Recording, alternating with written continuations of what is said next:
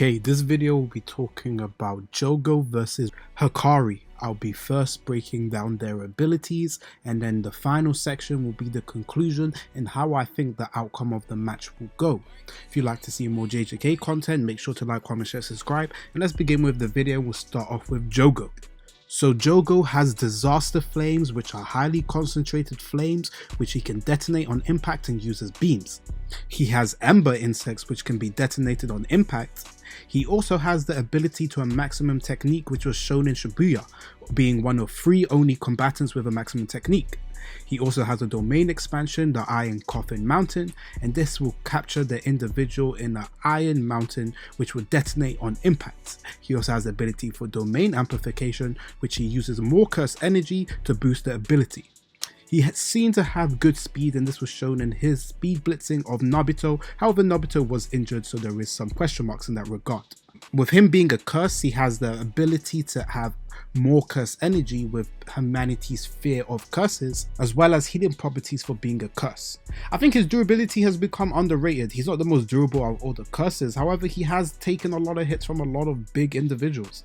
You could say that they were holding back, but he still managed to survive for those periods, and I think he might not be of the durability of someone such as a Ryu or Hakari. However, I think his durability is on. Now we'll talk about Hakari's abilities. So Hakari has exceptional hand-to-hand combat, and he could apply threatening pressure to Yuji in his very brief combat with him. He has Wrath Curse energy and is one of the Jujutsu High students with the most potential. It was also told by Gojo that his cursed energy has an edge, giving his blunt attacks a sharp cutting effect. Yuji compares it to being hit with a serrated bat, and now he has his innate technique. This is Private Pure Love Trait. Hakari's innate technique allows him to manipulate probability and use attacks inspired by his named romance manga series. The technique is used through his domain. However, we have seen him materialize the train doors outside of his domain, indicating this might just be his curse technique in general. The domain expansion, Ideal Death Gamble. So this is a Pakinoko themed domain expansion, and it's a rigged domain which allows him to hit the jackpot. And once he hits 3 of the same temporary bonus of unlimited curse energy, he has the ability to move the coordinates of his domain expansion. He has access to the highest application of reverse curse technique, as well as all his base stats go higher with their limited amount of curse energy, his attack power, his durability, his speed, and he becomes an extremely dangerous opponent. Now, how would this fight go? There's 2 ways you can look at this. In my opinion, Hakari, once he hits his jackpot, in no way or form will lose to Jogo, and he has way too much in terms of durability, attack power, speed, and etc. to overpower Jogo. However, because of the way in which Hakari is, it is an asterisk until he hits his domain expansion. And this is where I think the fight actually becomes far closer, because Jogo in the base form has a very good chance in killing Hakari.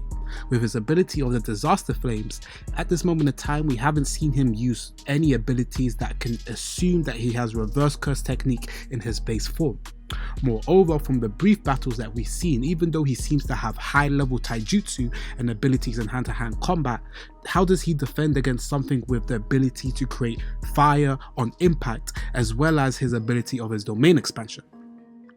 Now we know that once Jogo does use his domain expansion with the ability of Hakari's, he'll be able to activate his straight away.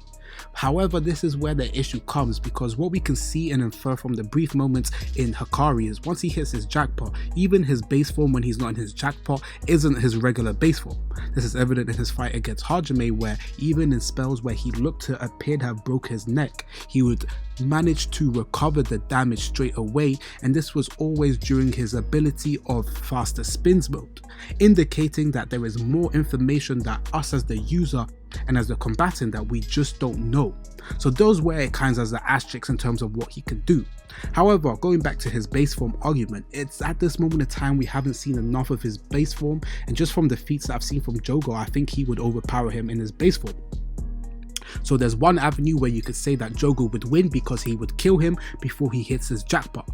But the issue is, if Hakari is more than capable of outlasting the fight, and which I think he may be able to do, he'll be able to hit his jackpot, and then the fight becomes so much more comfortable, because even if he uses his maximum technique, even if he uses his disaster flames, the ember insects, all these high level abilities he has, Hakari has so many ways to deal with him because of his immortal body.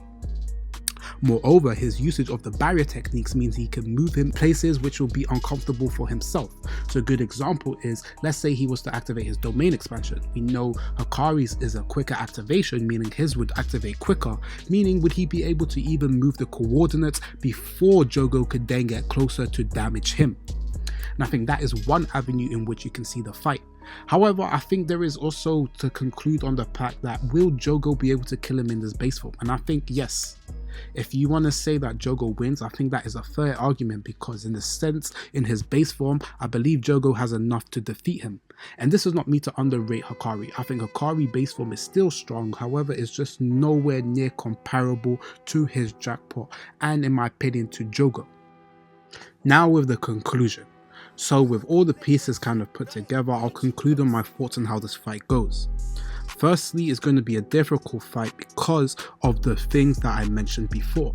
If Jogo uses his domain expansion straight away and Hakari does not hit his jackpot in the first couple tries, then he will most likely die because he would not be immortal. And I don't know how, in terms of the abilities he's shown, he would deal with an ability that causes this much fire and destruction. However, as a favour to Hakari, we saw how Maki and other individuals tanked some of the impact burns from first contact. We potentially be able to survive a couple of his attacks before hitting his jackpot. I think is the biggest thing he has to be careful of.